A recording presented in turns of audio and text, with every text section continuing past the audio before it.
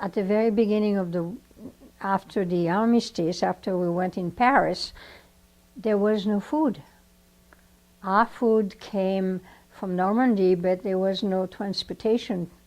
So we had to get food little by little, and we would go to various stores, the baker, the boulanger, the butcher, and a lot of people had to go to the store and get the little you could get.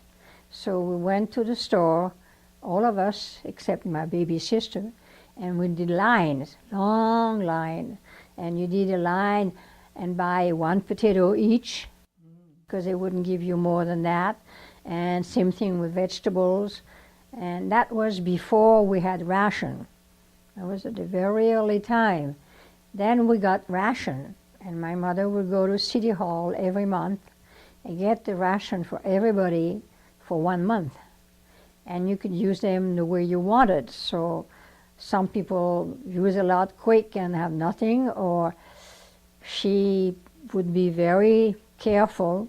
And when she bought the bread every day, she weighs it, and my mother, and she gave each of us his ration for the day, and there was a big basket and little towels, and then each of us had the bread there, and you could eat it the way you wanted, all at once or a little bit or whatever. And the subway, no matter what time you wanted to take it, was always jammed.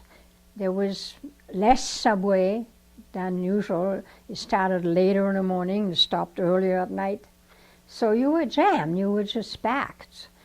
And when I was about 15 or so, I became more aware that when you jam and pack like that, sometimes you pushed around, or sometimes you touched, and sometimes you pinched.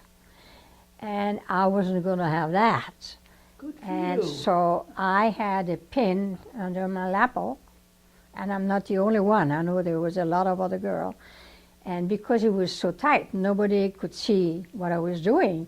But if I was pinched or annoyed, I would take the pin and I would stick and drop the pin and kind of have a nice smile around. And I know that several times I hit the German.